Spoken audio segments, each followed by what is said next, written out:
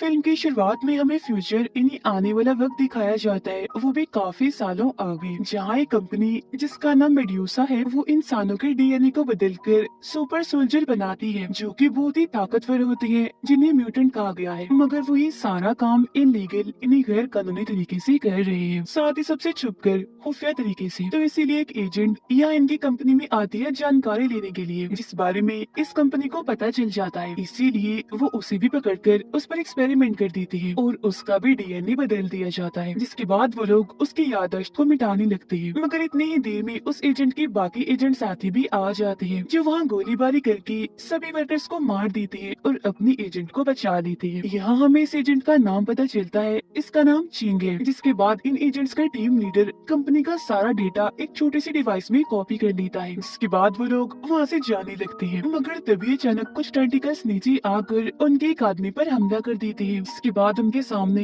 एक बहुत ही खतरनाक मॉन्स्टर आ जाता है। पता चलता है कि वो टेंटिकल्स इस मॉन्स्टर के ही थे। वो ये देखकर गुस्सा हो जाता है और हमला करने के लिए आगे बढ़ने लगता है, मगर ये लोग उल्टा उसे रोकने के लिए गोलियां चलाने लगते हैं। मगर वो तो इतना ताकतवर था, इतना खूंखार था कि इनकी गोलियों का उस पर कोई असर नहीं होता और बस फिर वो मॉन्स्टर उन पर हमला कर देता है। एक एक एजेंट को उठा कर वो मार रहा था, वो बहुत सारे एजेंट्स को मार देता है। तब ये देखकर चिंग उसके ऊपर चढ़ जाती है और चाकू से बार बार उसके सर पे वार करती है, जिससे मास्टर को इतना गुस्सा आ जाता है कि वो चिंग को अपने ऊपर से उठाकर नीचे फेंकता है और उस पर अपने टेंटिकल से हमला करने लगता है। जैसे टेंटिकल उसे लिपटने लगते हैं तो वो अपने चाकू से एक एक करके उसके सारे टेंटिकल्स काट देती है और बस इसके बाद वो यहाँ से भाग जाते हैं और उस मॉन्स्टर को उसे लैब में बंद कर देते हैं। अब वो लोग आगे बढ़ ही रही थी, मगर तभी उनके सामने मॉन्स्टर से भी बड़ी मुसीबत आके खड़ी हो जाती है, जो एक लड़की थी जिसके सफेद बाल थे, लेकिन वो बहुत खतरनाक और ताकतवर थी, क्योंकि उसके भी डीएनए को बदलकर उसे म्यूटेंट बनाया गया था और इसने ही उस मॉन्स्टर को इन लोगों के पीछे लगाया हुआ था, क्योंकि वो इतनी देर से उन्हें कंट्रोल रूम से देख रही थी। और वो इन सब के पास आकर इन्हें हिप्नोटाइज कर देती है, यानी उन्हें अपने वश में कर लेती है। लेकिन अब क्योंकि चिंग भी म्यूटेंट थी, इसीलिए वो बहुत जल्द उसकी हिप्नोटाइज के असर से बाहर आ जाती है और फिर अपने साथियों पर से भी हिप्नोटाइज का असर हटाती है। तब होश में आते उनका टीम लीडर उस लड़की पर हमला कर देता है, मगर वो उल्टा उसे उठाकर दूर फेंक देती है। फिर वो दोबारा से उस पर टांग से हमला करती है और बार बार पटक कर इधर से उधर मारने लगती है। कुछ देर लड़ाई करने के बाद उन्हें पता चल जाता है कि हम इससे नहीं जीत सकते, ये बहुत ही ताकतवर है। इसलिए टीम लीडर चिंग को वो छोटी सी डिवाइस देता है और यहाँ से भागने का कहता है और एक बार फिर उस लड़की से भिड़ जाता है, जहाँ इन दोनों की काफी लड़ाई होती है, मगर एक बार फिर वो उसे बड़ी आसानी से रोककर दूर फेंक देती है। जिसके बाद अब चिंग भी उस पर हमला कर देती है। दोनों के हाथों से काफी देर तक लड़ाई चलती रहती है, मगर इसमें वो लड़की चिंग पर भारी पड़ रही थी। वो चिंग का गला पकड़कर उसे दूर फेंक देती है, जिससे वो सामान पे जगह गिरती है। इसके अलावा भी वो उसे बहुत मारती है और मार मार कर उसका बुरा हाल कर देती है। वो उसके बाल पकड़कर उसे घसीटने लगती है और उठाकर दूर फेंक देती है, मगर तभी चिंग के डीएनए अचानक से बदलने लगते हैं। मगर इसके बाद क्या होता है ये हमें दिखाया नहीं जाता। फौरन बाद हम मेड्यूसा कंपनी के हेड मैनेजर को देखते हैं। वो कंपनी के ऑफिस में आता है, जहाँ एजेंट्स की टीम लीडर को कैद करके रखा हुआ था। वो टीम लीडर से पूछता है कि बताओ चिंग और वो छोटी सी डिवाइस कहाँ है। अब चिंग उनके पास नहीं थी, तो इसका मतलब यही है कि वो यहाँ से भाग गई थी। मगर अब जब टीम लीडर उसे चिंग और उस डिवाइस के बारे में नहीं बताता, तो इससे उसे काफी गुस्सा आ जाता है। इसीलिए वो अपने रॉड से टीम लीडर पर हमला कर देता है और उसे जान से मार डालता है। इसके बाद हम चिंग को देखते हैं, जो एक अजीब सी जगह पर एक अनजान आदमी के साथ होती है।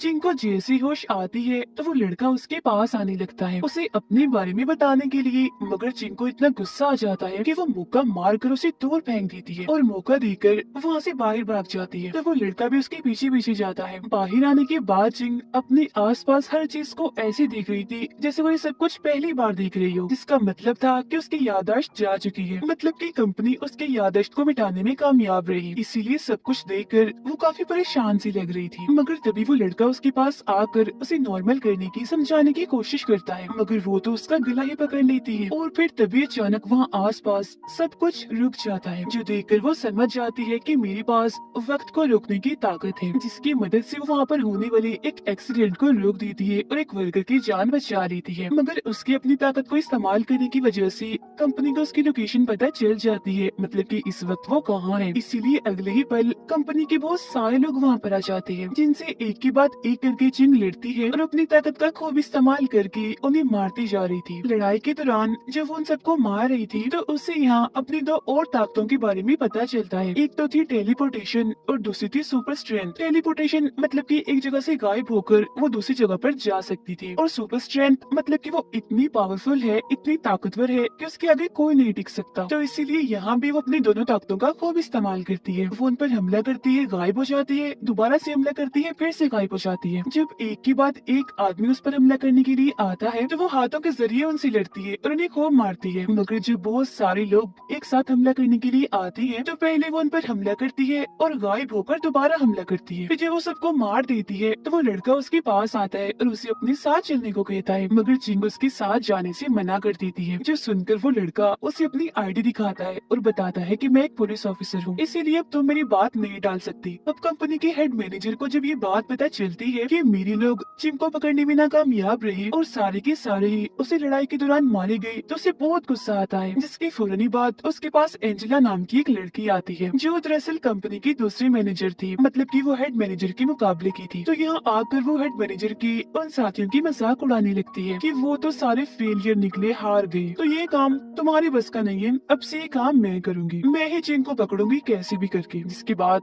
हम चिंग और उसके साथ उस पुलिस ऑफिसर को देखते हैं जिनकी अब दोस्ती हो गई थी, इसीलिए वो चिंग को उसकी याददाश्त वापस दिलाने में उसकी मदद कर रहा होता है। वो अपने पुलिस स्टेशन के सिस्टम से पता लगवाता है कि पिछले काफी दिनों से चिंग कहाँ पर थी, मतलब कि उसको मिलने से पहले। जहाँ उन्हें पता चलता है कि वो एक विजिटर ग्रुप का हिस्सा थी जहाँ पर उसके साथ और भी बहुत सारी लड़कियाँ थी और यहाँ वो घूमने आए हुए थे। मगर फिर चिंग बाद में यहाँ एजेंट का काम करने लगी। अब तभी चिंग को अपने जेब में वो एक छोटी सी डिवाइस मिलती है जो कि टीम लीडर ने उसे दी थी, जिसमें उस कंपनी का सारा डेटा होता है। अभी वो लोग उसे चेक करने की सोच ही रही थी कि तभी एक बहुत बड़ा सा पिलर उनके घर में घुस जाता है, जिसके फौरन बाद उनके कमरे का दरवाजा एक धमाके से टूट जाता है। तब वहाँ एक लड़की आती है जो कि चिंग के उसी विजिटर ग्रुप की थी, मगर अब वो भी एक सुपर सोल्जर बन गई थी जिसे कंपनी एक डिवाइस की मदद से कंट्रोल कर रही थी जो कि उसके गर्दन में लगी हुई थी। अब आते ही वो चिंग पर एकदम से हमला कर देती है। जहाँ चिंग भी आराम से नहीं बैठती, वो भी उस पर भारी हमला करने लगती है। दोनों एक दूसरे को खूब मार रही होती है। जिसके बाद जैसे दोनों एक दूसरे से दूर होती हैं तो दोबारा से भागकर आती हैं और फिर से लड़ने लगती हैं। कभी वो एक दूसरे को हाथों से मार रही थी तो कभी टांगों से। वो लड़की खुद को कमजोर पड़ता हुआ देखकर यहाँ से बाहर चली जाती है। हर फ्लोर से गुजरते हुए चिंग पत्थरों में दबती जा रही थी, इसीलिए सबसे नीचे आके वो काफी जख्मी हो जाती है, इतनी जख्मी कि वो बस मरने ही वाली थी। मगर फिर शुरुआत की तरह उसका डीएनए दोबारा से बदलने लगता है, जिससे उसकी ताकतें काफी हद तक बढ़ जाती है, जिससे अब वो बिल्कुल ठीक हो जाती है। जैसे ही वो उठती है तो उसकी ताकत से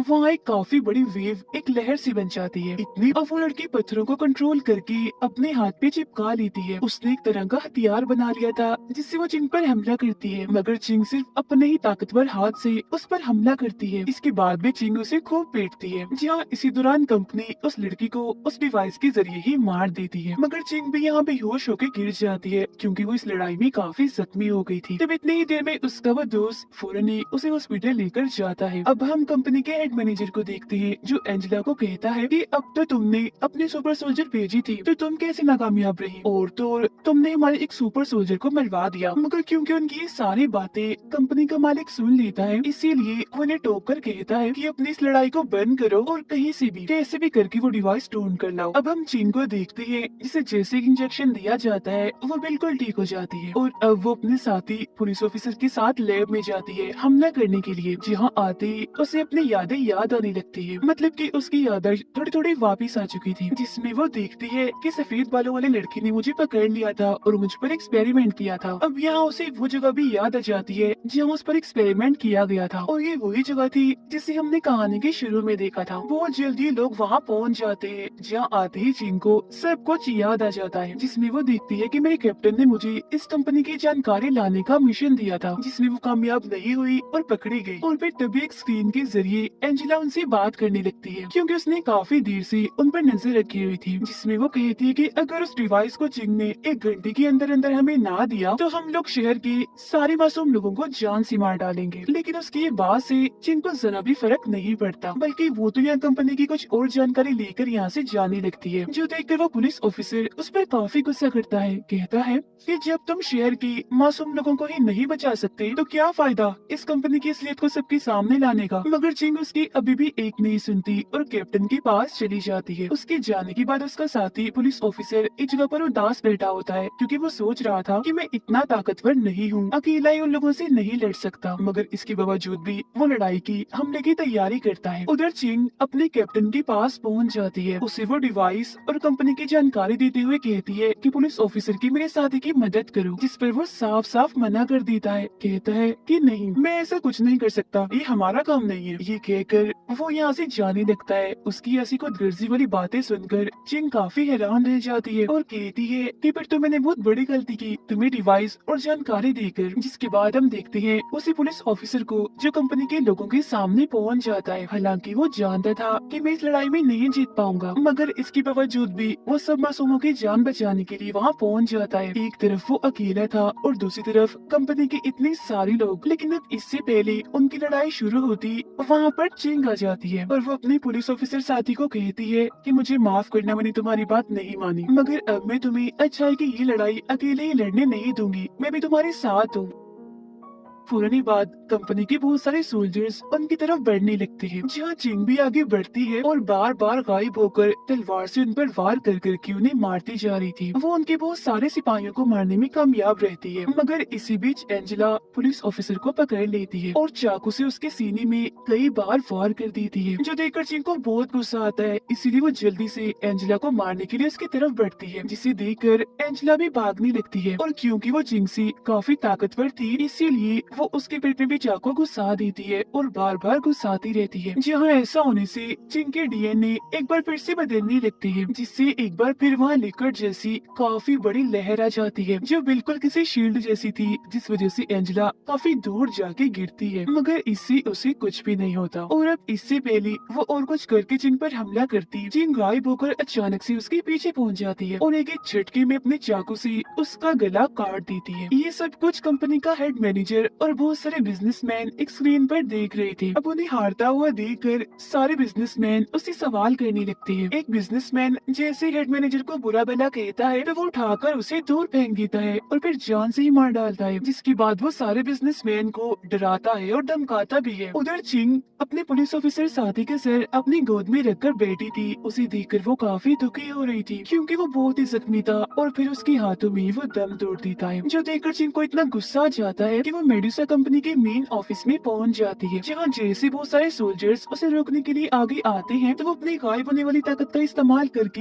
एक एक झटके में उन सबको ढेर कर देती है। जिसके बाद वो सीधा पहुंच जाती है कंपनी के हेड मैनेजर के पास। वो कहती है कि बस कर दो, अब तुम्हें लोगों को मारना बंद करना होगा। जिसके फौरन ही बाद उन दोनों के बीच भी लड़ाई होना शुरू हो जाती है। हेड मैनेजर चिंग पर भारी पड़ रहा था, वो उसका गला घोट कर उसे हवा में उठा देता है और फिर उठाकर दूर फेंकता है, जिससे चिंग के मुंह से खून निकलने लगता है। और अब क्योंकि हेड मैनेजर काफी ताकतवर था, इसीलिए वो चिंग को उठा उठाकर दीवारों पर पिलर्स पर दे देकर मार रहा था, जिससे वो एक बार फिर बहुत ज्यादा जख्मी हो जाती है। मगर हमेशा की तरह एक बार फिर उसका डीएनए बदल जाता है और वो काफी ताकतवर बन जाती है पहले की निस्बत से। अब की बार वो इतनी स्पीड से गायब हो रही थी कि हेड मैनेजर उसे देख भी नहीं पा रहा था और काफी कंफ्यूज लग रहा था, मतलब कि उसे कुछ भी समझ नहीं आ रही थी कि अब मैं क्या करूं। और फिर अचानक से चिंग उसके बहुत पास आकर उसे धक्का मार के दूर फेंकती है, मगर अभी भी वो हार नहीं मान रहा होता और दोबारा से उठता है। कांच के बहुत सारे टुकड़ों को अपने कंट्रोल में करके हमला करने के लिए वो चिंग की तरफ भेजता है, मगर वो दोबारा से गायब होकर उसके सर के ऊपर आती है और चाकू से